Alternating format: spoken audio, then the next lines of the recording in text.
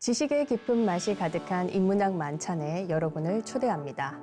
동국대학교와 BBS 불교 방송이 함께 제작한 지식탐구쇼, 지식의 맛 인문학 레시피, 저는 진행을 맡은 금나나입니다. 여러분 요새 어떻게 지내시나요? 잘 지내시는가요? 마음은 평안하신지요? 이렇게 일상 속 작은 안부 인사가 일상에 지친 누군가에는 그 어떤 위로보다도 큰 힘이 된다고 합니다. 자, 이렇게 제가 안부 인사로 시작한 데에는 이유가 있습니다. 바로 오늘 우리가 다뤄볼 주제와 밀접한 관련이 있기 때문인데요. 오늘 저희가 두 분의 전문가를 모시고 심층 탐구할 주제는 바로 자살입니다.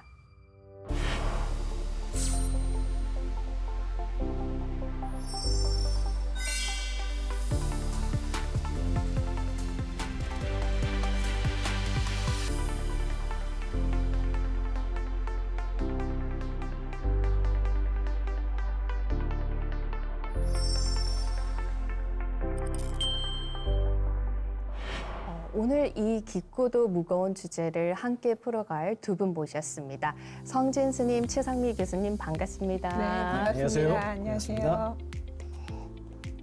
저는 그 대한민국 조계종 남양주 성관사에 이제 주지 소행을 보고 있는 성진입니다. 동국대는 저의 모교이기도 하고 지금은 또 여기서 석사 교육을 다시 받고 있는 또 학생이기도 합니다. 우리 스님 같은 경우는 방송 활동으로도 되게 유명하시잖아요. 제가 보니까 이 만남 중창단, 저는 이제까지 서로 다른 종교를 가진 네 분이 모여서 하시는 토크쇼인지 알았는데 왜 이름을 중창단이라고 하셨어요? 원래 중창단인가요? 본질이?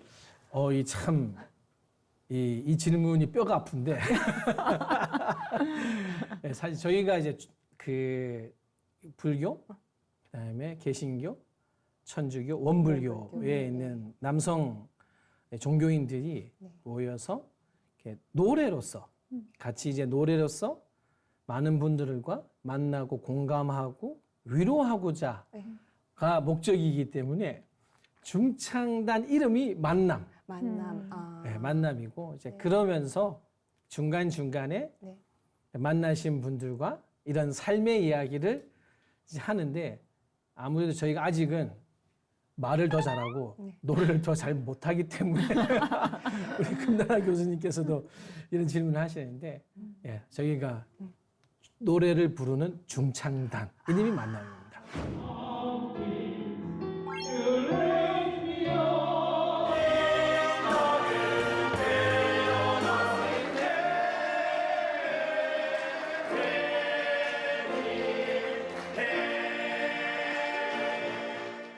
자, 그러면 우리 최상미 교수님도 자기소개 부탁드릴게요. 네, 저는 동국대학교에서 사회복지를 가르치고 공부하고 있는 최상미라고 합니다. 네, 반갑습니다. 네, 너무 반갑습니다. 네. 네, 사실 우리 최상미 교수님과는 같은 해에 동국대에 임용돼서 저희가 입사 동기라고 얘기를 동기. 해요. 네, 네. 그래서 제가 가장 친하면서도 또 가장 존경하는 교수님 중에 한 분이에요. 정말 사회복지가 삶 그 자체에도 반영되는 방송용 멘트 같습니다. 우리 동 교수님이. 네. 저는 모든 교수님들을 존경합니다. 아유, 아닙니다. 대학원생은 이런 마음 자세가 잘 갖춰져 있기 때문에. 부럽습니다. 근데 아까 스님 답변하신 것 중에 지금 융합 상담 코칭 학과에서 석사 과정을 진행 중이라고 하셨는데 이 만학도 결심을 하시기가 쉽지는 않으셨을 것 같거든요. 그 계기가 뭔가요? 저는 공부에 대한 욕심은 있었습니다. 특히 이제 그 이유 자체가 우리 대한민국 조계종단에서 만든 청소년 단체가 있습니다. 파라미타라고 하는 불교 바라밀다라고 하는 그 산스크리트 그대로를 가져온 사단법인 청소년 연합 단체 파라미타가 있는데 거기서 제가 상임이사를 했었습니다. 포교원에 있으면서도 그러면서 중고등학생들 또 조금 넓게는 이제 대학생들까지 만나면서 정말 이 친구들을 만나면 만날수록 어른의 역할이 무엇일까? 이게 스님으로서 역할을 떠나서도 어른의 역할이 무엇일까라고 생각하면서 조금은 청소년들한테 삶은 얼마든지 어려움이 있을 수 있는데 그 어려움이 닥쳤을 때 어떻게 해야지? 나이가 스스로가 남들보다 조금 뒤처진다 생각하고 부족하다는 생각을 가지면 그걸 어떻게 내가 마음을 내어서 조금은 내 스스로를 존중한 마음을 가질 수 있지? 이제 이런 어떻게 하면 도와줄 수 있을까라는 생각이 없고 그러기 위해서는 우리 청소년들 위해서 그럴 수 있는 길을 조금은 내가 제시해주고 지도를 좀 그려주면 어떨까? 라는 생각이 있었는데 마침 모교회에서 융합 상담 코칭이라고 상담과 코칭을 함께 배울 수 있는 제가 생각할 때는 지금의 대안으로 훌륭하지 않을까라는 것을 알고 결심하게 되었던 겁니다. 저는 이제 대본 연습을 하면서 융합 상담 코칭 이 발음 연습하기가 참 힘들었거든요. 근데 방금 설명하신 설명을 들어보니까 상담과 코칭을 함께 할 수 있는 법을 가르쳐 줬기 때문에 그렇게 학과명이 네. 붙여졌네요. 근데 스님, 제가 봤을 때는 주지 스님 역할만으로도 하시기 참 벅차실 것 같은데 공부도 하셔야죠. 만남 중창등도 하셔야 돼요. 역할이 너무 많으실 것 같은데 저 사실 오늘 뵙고 깜짝 놀랐어요. 전혀 피곤한 기색이 없으시고 진짜 우리가 말하는 아가처럼 해맑은 에너지를 품고 계셔가지고 살짝 놀랐거든요. 그 비결이 뭘까요? 사찰에 가면 용상방이라고 용상방의 스님들의 그 지위 여기 살고 있는 사람이 누구고 이분은 어떤 역할을 누가 하고 있어를 이렇게 스님들이 쫙 붙여놔요. 그 보면 이제 조실 스님부터 방장영 스님부터 쫙 붙이는데 주지가 어디에 가 있느냐? 주지가 제일 끝에 붙어 있습니다. 그게 무슨 말이냐? 사찰은 모두가 함께 이끌기 때문에 주지라고 혼자 하는 건 아니다. 사찰에서의 역할로 따지면 나도 한 10%지 그 100에 90이 되지 않기 때문에 또 그런 마음적 여유가 있고요. 또 말씀하신 이제 그 역할도 이렇게 나열하면 좀 많은 것 같은데 어차피 한 번에 다 하나씩만 하기 때문에 그게 또 하나하나가 부처님 말씀을 스님으로서 행해야 되는 그 길 속에 다 있다 보니까 부담보다는 하는 자체를 감사히 생각하고 있어서 그렇지 않을까? 이런 생각은 갖습니다. 제가 봤을 때는 신심이 강하셔가지고 그 힘들어도 힘들지 않게 느껴지시는 마법이 있으신 것 같습니다. 예. 교수님이 이렇게 이야기를 해주시니까 죄송해요. 제가 감히 스님께 신심이 있으셔서 이런 말을 해도 되는 저희과 건지 교수님이 모르겠지만 해주시면 얼마나 좋을까라는 생각이 들었는데 저희 식품 힘이 생명공학과로 옮기셔도 됩니다. 사회복지학과도 좀 환영합니다. 네. 배우고 싶은 마음은 많습니다.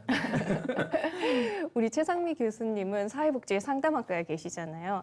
사실 요즘은 그 문제가 너무나도 중요한 사회적 이슈지만 아마 공부하실 당시만 하더라도 어떻게 보면 주류적인 문제로 떠오르는 수면 위로 떠오르는 그런 문제들이 많지 않아서 어떻게 그 학과를 선택하게 되셨는지 그 계기가 궁금하거든요. 네. 그래서 저희가 고등학교 때 이제 막연하게 사실 상담이나 심리 쪽에 관심이 있었는데요. 그때 제 선생님 중에 한 분이 실제로 상담을 실천하는 거는 사회복지라는 학문이 더 가깝다 이런 말씀을 해주셔서 사회복지학과를 전공으로 이제 진학을 하게 됐고 이제 학부 공부를 하다 보니까 인간의 존엄성을 이제 중요시 생각하는 그 사회복지의 가치가 좋아서 계속 지금까지도 공부를 하고 있는 것 같습니다. 정말 사회복지학에 딱 적합한 우리 교수님 같지 않으세요? 깜짝 놀랐네요. 우리 김나라 교수님. 요즘은 남의 마음까지 이렇게 보시는 불교의 관심법은 자기 마음 보는 남만 보는 건 아닌데 예, 딱 제가 이제 우리 최상희 교수님 뵐 때도 전공이 이제 사회복지를 또 이렇게 지도하고 계시니까 마음에 딱 든 마음이 참 사회복지를 하시니까 저렇게 모습이 선하시구나. 그렇죠. 예. 그게 부끄럽습니다. 네. 굉장히 전 진행하시죠. 뵈면서도 참 이렇게 마음이 이 세상을 돕는 일을 하시는 분은 마음이 좀 선하고 그 마음 선한 게 얼굴의 선함으로도 나오시는구나 생각을 하고 있었는데 바로 질문을 하셔가지고 네, 역시 진행자 자격이 있는 것 같습니다. 자, 그러면 최상미 교수님, 요새 사회복지에서 가장 큰 이슈가 있다면 어떤 걸까요?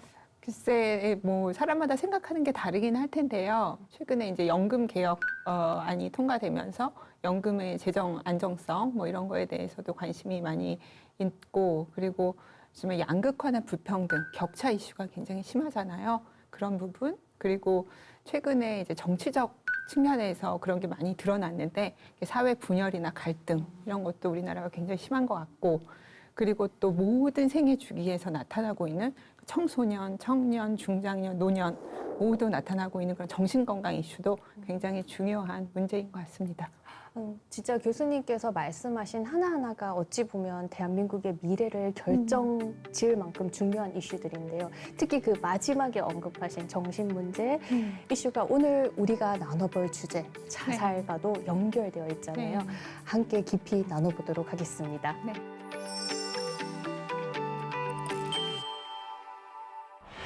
사실 저희가 오늘 주제를 자살로 정하면서 제작진분들이 고민이 참 많았다고 해요. 이 자살이란 단어가 주는 무게감, 부담감이 있잖아요. 왠지 시사 프로그램에서 진지하게 다뤄야 될 것만 같고 저희 인문학 토크쇼에서 다루기에는 너무나 무겁고 큰 주제가 아닌가라고 고민이 많으셨다고 하셨는데, 어찌 보면 지금 여기 계신 두 분도 자살에 대해서 논하기 위해서 섭외를 당하신 거잖아요. 그렇죠? 궁금해요. 이게 부담감은 없으셨는지, 아니면 오히려 그래 이참에 어디서 쉽게 못하는 자살 문제 제대로 한번 논의해보자, 어떤 감정이었는지 궁금합니다. 이 주제를 과감하게 선택한 우리 이제 제작팀도 그렇고, 물론 우리 교수님께도 그렇고, 용기가 대단하다. 그러나 정말 필요한 이야기를 우리가 이 불교 방송이라고 하는 안에서 당당하게 다루고 이야기를 하는 것은 필요했는데, 이런 용기를 내주어서 참 고맙다, 이런 생각이 들었습니다. 우리 최상미 교수님은 어떠세요? 네. 저는 뭐 요청받고 제가 다룰 수 있는 문제이기도 하고 주제이기도 하고, 그리고 또 사실 자살이라는 게 좀 어둡고 좀 부정적인 그런 주제여서 잘 이렇게 잘 안 다뤄지긴 하는데, 그래도 우리가 중립적인 태도로 이런 걸 많이 다뤄야 사실 자살 문제가 사회적으로도 인식이 되고, 그리고 또 문제 해결에도 도움이 되는 면이 있어서 네, 저는 좋은 주제라고 생각하고 네, 응했습니다. 방금 중립적이라고 하셨는데요. 저도 사실 지난 녹화를 끝나고 제작진 분들께서 저희 혹시 자살을 다뤄보면 어떨까요? 라고 저한테 직접 여쭤보셨어요. 전 진짜 1초도 고민하고 너무 좋은 것 같아요 라고 말씀을 드렸거든요. 왜냐면 저는 어떤 주의냐면, 우리가 왜 아프면 소문내라 이런 말 있잖아요. 아픈 것을 알려야지만 주변에서 좋은 명의도 소개를 해주고 치료약도 소개를 받고 이러잖아요. 저는 자살 충동도 마찬가지인 것 같아요. 우리가 중립적으로 이렇게 건강하게 이야기할 수 있으면 오히려 표면적으로 꺼내놓고 얘기를 함으로써 치료하고 방지할 수 있는, 그래서 뭔가 예방하고 누군가를 더 살릴 수 있는 기회를 만들 수 있지 않을까, 이렇게 생각을 하는데, 왜 아직도 우리 사회에서는 이 자살이라는 문제에 대해서 꺼내놓고 얘기를 하기를 꺼려하고 왜 터부시 금기시하는 걸까요? 자살에 대한 이야기를 우리 사회가 죽음으로만 인식을 하면은 굉장히 어둡고, 어떤 이 죽음 앞에 우리가 뭘 해야 돼, 이렇게 가면은 할 게 없어요. 죽음 현상 자체를 우리가 어떻게 뒤집거나 바꾸게 하거나 할 수는 없거든요. 근데 이 자살이라는 이야기를 하는 이유 자체가 삶을 우리 스스로가 어떻게 가꿔야 돼? 삶을 어떻게 우리 서로가 만나서 풀어가고 바라보고 이야기를 해야 되라고, 그 모습을 더 잘 발견하려면 결국은 이 자살이라고 하는 최상 죽음 중에서 가장 아프고, 죽음 중에서도 받아들이기가 너무 힘든 죽음이 자살이기 때문에 우리 사회가 너무 힘들고 너무 아프니까 이 아픈 이야기 그만해. 아픈 거를 회피만 하려고 하는, 그 회피하면은 안 생기지 않을까? 그러니까 이 단어를 안 만들면 모르지 않을까? 라고 생각하면, 현상은 안타깝지만 늦었다고 생각해요, 저는. 우리 사회가 고통 말고 그 과정의 삶에 대해서 더 이야기를 많이 하면은 조금은 막을 수 있는 대한 대안을 찾을 수 있기 때문에 근데 그 대안까지 아직은 못 가지 않았나? 고통이 너무 힘들어서 우리 사회가 이거를 지금 애써 외면하는 거 아닐까 이런 생각이 같습니다.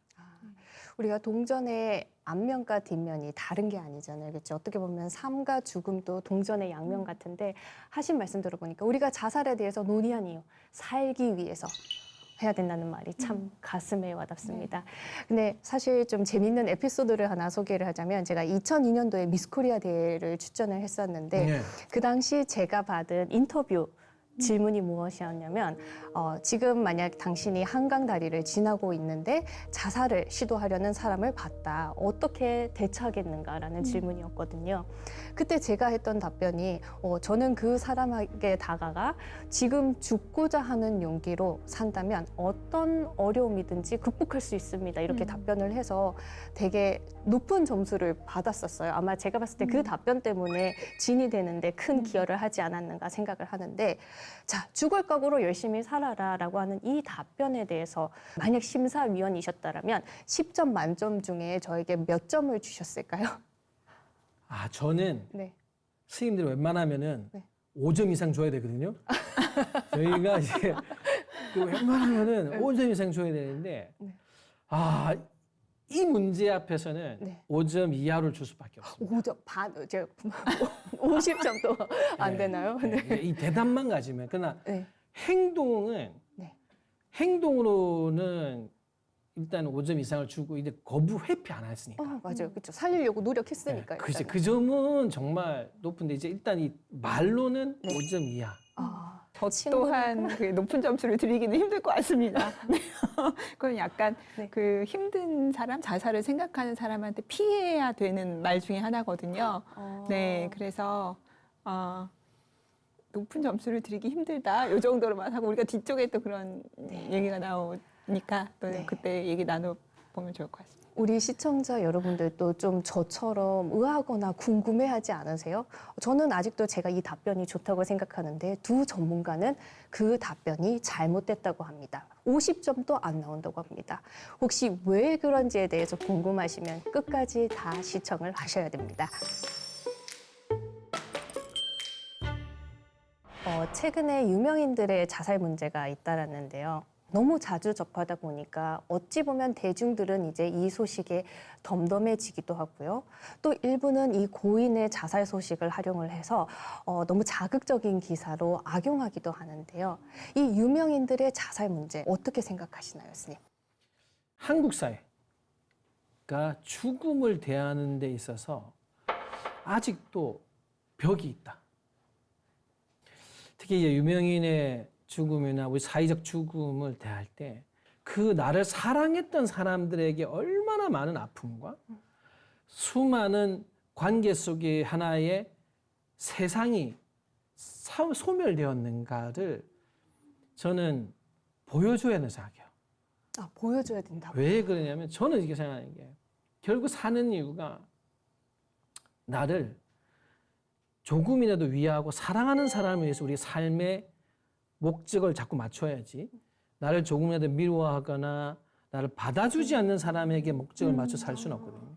실제로 저는 군에서 군종장교도 하고 이제 제가 스님으로 살면서 이 자살 충동을 가진 분들을 만납니다.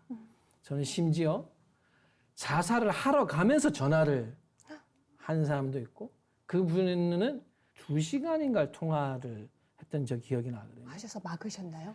어떤 대화도 소용이 없구나를 느꼈어요. 저는.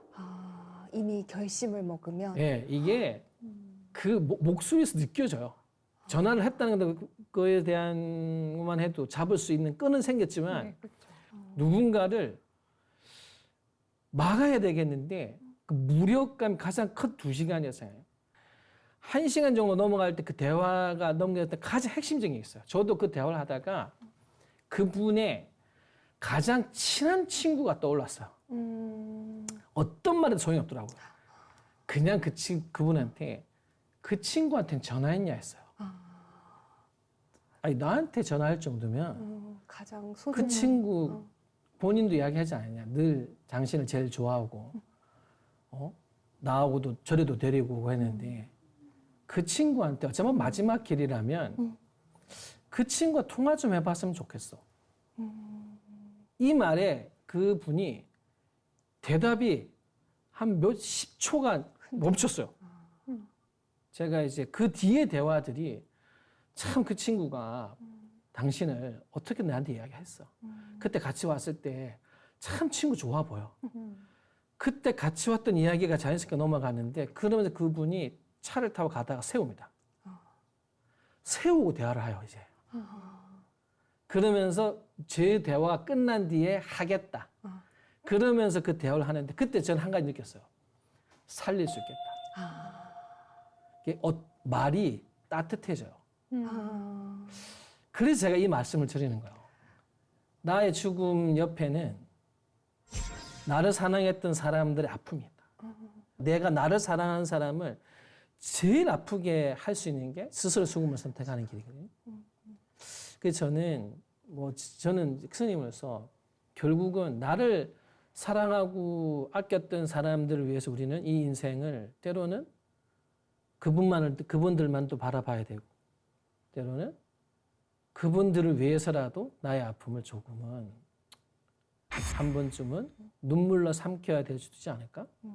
그래서 저는 이런 이야기를 더 해주는 게 가족은 누구나 유명인이 죽은 게 아니라 사랑하는 가족의 누군가의 아들이, 누군가의 딸이, 나의 누나가, 나의 동생이 이렇게 이걸 좀 보여주는 거는 이야기를 들려주면은 우리가 더 많은 걸 생각하지 않을까? 그래서 저는 이렇게 드리는 겁니다.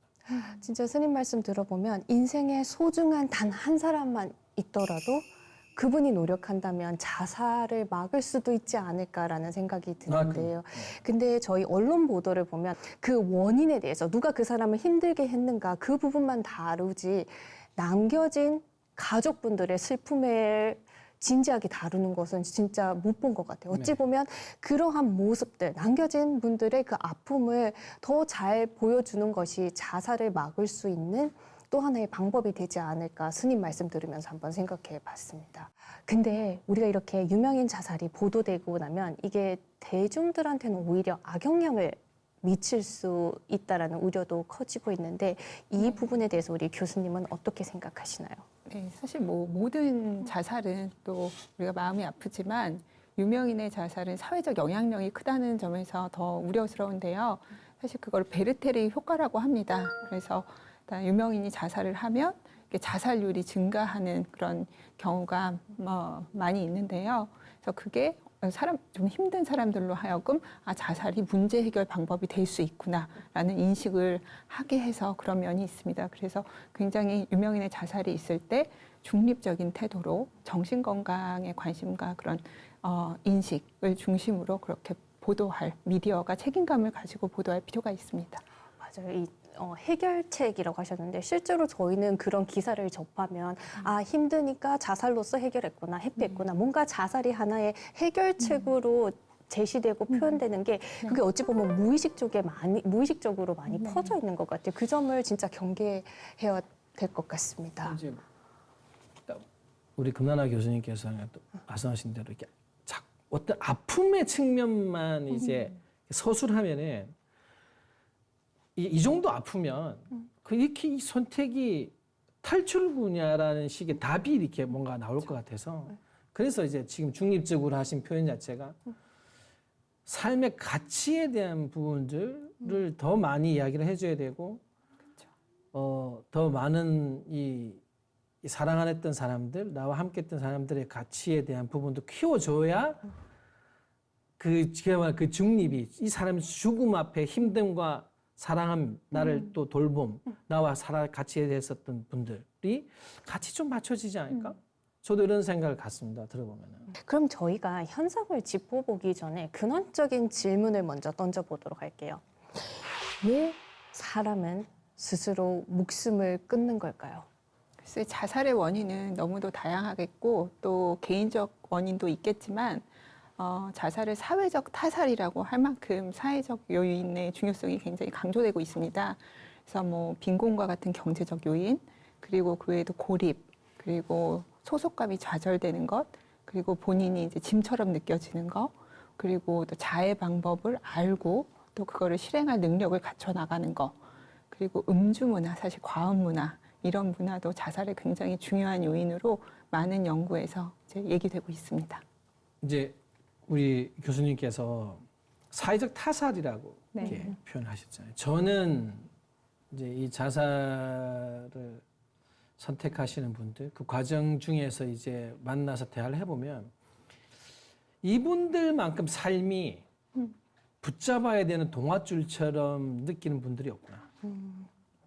그러니까 이게 굉장히 역설적인 느낌을 저도 봤는데 막 당신이 죽어야 돼 내가 죽을 만큼 힘든 이유를 막 설명해요.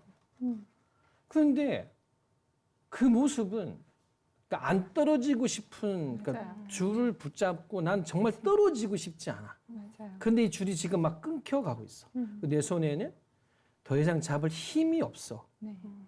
라는 말을 하는 걸로 저는 늘 느껴져서 역설적으로 저는 이제 정말 이분들만큼 삶에 대해서 살고자 하는 마음이 강한 분들이 없을 것이다. 그러니까 그 어느 누구의 강한 삶에 대한 이 열망이 그 열망이 좌절이 될 때 사회적으로든 어떤 식으로든 그 좌절 앞에서 이분들이 놓고 싶지 않은 손을 놓게 되는 걸로 저는 말씀드리고 싶어요.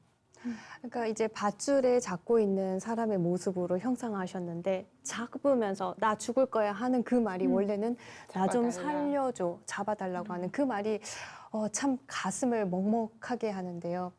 근데 많은 사람들이 생각을 하는 게 내가 자살을 하면 이 현실 속의 극심한 고통에서 벗어날 수 있어, 회피할 수 있어 라고 생각을 하는데 제가 탐 크루즈 주연의 영화 엣지 오브 투마로우라는 영화를 본 적이 있거든요. 그 영화를 보면 탐 크루즈가 전장에서 죽을 때마다 똑같은 상황에서 다시 태어나서 그 상황에서 더 좋은 선택을 해서 뭔가 더 나은 미래로 갈 수 있는 상황이 될 때까지 무한 루프를 돌게 되는 그런 모습을 보여주고 있어요. 근데 이 윤회라는 것도 어찌 보면 불교에서 되게 중요한 교리 중에 하나이잖아요. 저는 어떤 생각을 했냐면 뭔가 우리가 자살을 통해서 생애를 마감을 하면 미완성된 인생이 다시 반복되지 않을까. 끝이 아니라 정말 고통적인 삶을 반복하게 되는 또 다른 시작점이 되지 않을까라는 생각을 한번 해봤거든요. 네, 불교에서는 어떻게 자살을 보시나요? 뭐 맞죠. 무한 루프가 많은데 단 똑같은 조건 오지 않습니다. 죽음도 결국 이제 불교에서 바라보는 관점은 살인이거든요. 인이 물론 한자적으로는 너, 타인을 지칭할 수도 있는데 그거는 이 한자를 만들 때 전제한 게 아닌 거예요. 즉 자기가 자기를 해하는 것도 살인입니다. 그만 큰 거예요. 불교는 심판에 그러니까 죄를 벌하는 신은 존재하지 않습니다. 불교는 유의신이 아니기 때문에. 불교에서 말하는 이 이제 원인, 나의 행인의 원인은 또 다른 삶으로 갈 때 셀 수 없는 고통의 결과로 다시 만나게 된다고요. 그러니까 회피가 아니다. 이게 회피라고 해서 멈춤이 아니다.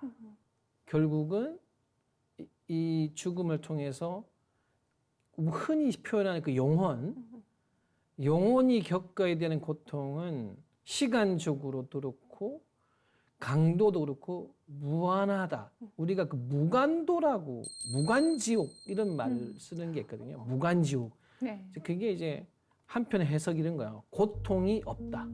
그러니까 고통이 없다는 말을 보세요. 고통이 멈추는 시간 간격이 없는 게 무간이에요. 그래서 고통을 피하는 길이 아니라 더 큰 고통을 만나는 길이다라고 이야기를 하는 거죠. 똑같은 상황을 도는 게 아니라 더 극심한 상황에서 그러니까 자살은 이 생이 이미 너무 고통스러운데 그보다 더 극심한 고통을 피하려면 절대로 해서는 안 되겠네요. 그렇죠? 고통을 피하려고 한 선택 중 가장 어리석은 선택이라고 이야기하는 거죠. 그렇죠. 현실을 직면하고 네. 헤쳐나가야 되는 것 같습니다.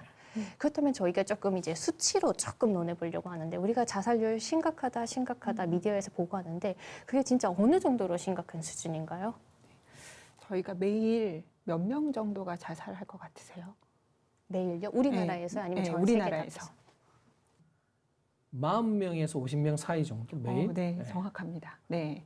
그래서 저희가 작년 기준으로 매일 40명 정도가 이제 자살을 선택하셨고요. 매일 매일. 매일요? 네.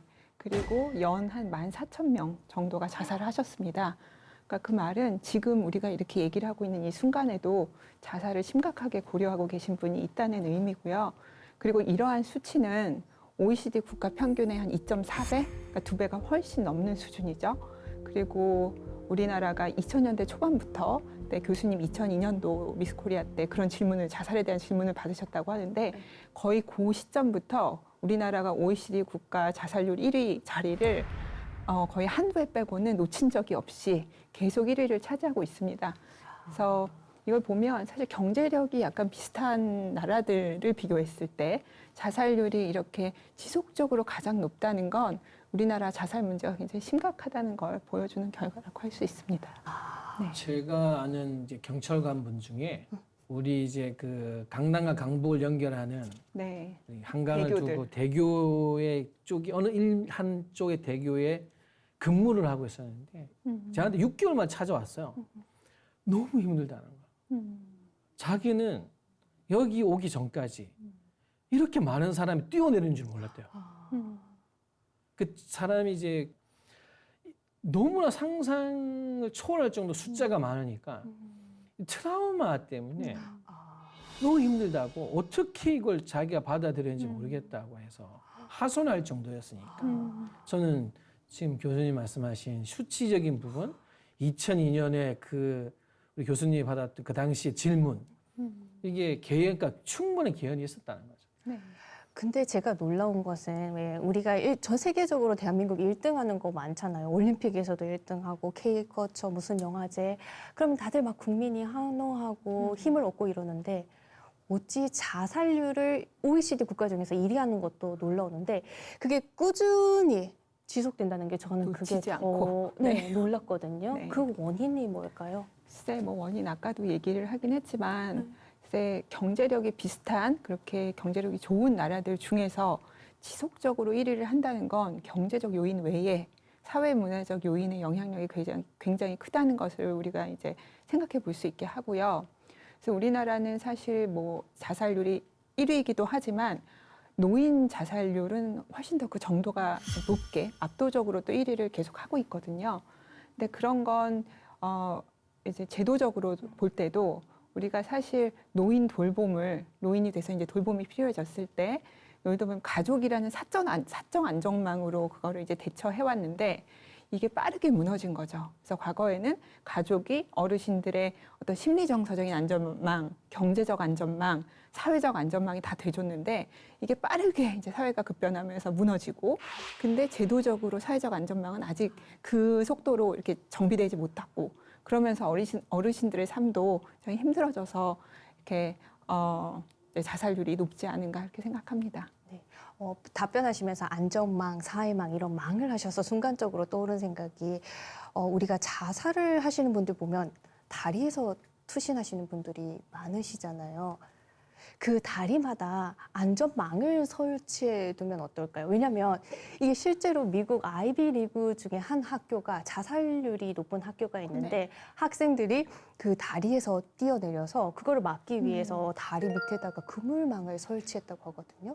우리나라도 그러면 안 될까요? 제가 알기로 설치가 된 데가 있습니다. 그 난간이 손을 잡으면 이렇게 회전식으로 만든 것도 있고요. 이렇게 자꾸 올라가야 되잖아요. 네. 이게 돌아요. 돌고 그다음에 그 아치 같은 거 올라가는 사람한테 못 올라가도록 막 이렇게 그 날카로운 게 박혀서 잡을 수 없게도 만들어 놓고 일정 정도의 이제 그 망 같은 거를 이렇게 해서 하기도 하고 가장 인상적인 여러분들 그 대교 건너실 때 보면은 글귀가 써져 있습니다. 네. 그 손잡이 보면은 네. 다 글귀가 써져 있습니다. 네. 안타까운 건 그 글귀를 왜 거기 가서 만나냐 이거예요. 그렇죠. 가기 전에. 아니 거기까지 가서 왜 우리 사회는 당신을 사랑하는 사람이 있습니다를 당신의 삶은 소중합니다. 왜 글귀를 그 난간 앞에서 만나게 할까? 훨씬 이전에 더 많은 내가 살고 있는 집, 회사, 학교 이 공간에서 그 길길을 만나게 해줘야지. 그 이야기를 들을 수 있게 해줘야지. 왜 우리는 그 대교 앞에 써져 있는 그 제가 그 한번 걸을 때 흙길을 보면서 그래 궁여지책일 수는 있는데 왜 이 길을 우리는 여기서 만나야 할까? 이건 안타까움이죠. 우리 최상미 교수님께서 이제 노년층 자살에 대해서 언급을 해주셨는데 또 우리 스님은 청년층에 관심이 또 유달리 많으시잖아요. 이 청년들 자살률이 이렇게 높은 이유는 뭐라고 생각하세요? 어른의 책임이죠. 이거는 뭐 어른의 책임을 벗을 수가 없습니다. 이거는 왜냐하면 일단 미성년자라는 게 뭐겠습니까? 선택과 사고, 감정에 있어서 아직은 홀로 다 너의 몫은 아니고 함께 가야 돼. 그 옆에 어른이 있어. 우리가 있어. 이 메시지를 우리가 얼마나 주지 못하고 있나. 그들에게 어른이 있다는 게 너보다 먼저 살아간 사람이 있고 하다는 게 얼마나 큰 안심을 줘야 하는데 왜 우리는 우리 청소년들에게 못 주는가? 그거를 무슨 부모의 탓으로 돌리는데 제가 뭐 키우이 섬인가? 뭐 정확한 섬 이름은 제가 뭐 기억이 안 나요. 그 한 섬에서 실험 연구에서 뭐 이제 부모의 문제, 부모가 이제 여러 가지 뭐 범죄적인 문제도 있고 이런 약물에 대한 문제도 알코올의 문제가 많은 자손들, 아이들 중에 이렇게 종단적으로 따라가면서 어떻게 성장하는가를 지켜보니까 부모 아니더라도 그 커뮤니티, 우리 사회 안에 한 사람의 어른이라도 지켜주고 조언해주고 보살펴주면은 이 친구들이 매우 건강하게 자라던 거야. 근데 그런 거 보면은 지금 우리 최상미 교수님이 정확하게 지적하신 대로 그 우리 불교에서 인드라 다 얽혀 있어요. 인연, 이 망이라는 게 연기되어 있다는 소리잖아요. 그러니까 우리가 그 그물을 제대로 못한 거죠. 예, 이제 두 분이 다 다른 세대의 자살에 대해서 언급하셨지만 표면적으로는 이유가 달라 보여도 결국은 그 근원적인 원인을 찾아보면 그 개인의 문제가 아니라 우리의 공통된 문제라는 거 그것이 느껴지거든요. 저는 그래서 그 문제를 안 보면 안 된다. 이거는 우리 사회가 저는 우리 주변 모두가 이 문제를 우리의 문제로 다가갈 때 손을 잡지 안 그러면 무엇으로 잡겠는가. 결국은 저는 이제 저는 스님이다 부처님 가르치는 대로 연기적으로 우리가 하지 못하고 있다. 그럴 수밖에 없죠. 네. 제가 오늘 스님 답변을 들으면서 계속 이렇게 감탄사만 하다 보니까 지금 진행을 계속 잇고 있는데요. 네, 그렇다면 우리가 이 자살률 같은 경우도 순위를 매기잖아요. 뭔가 행복도를 측정.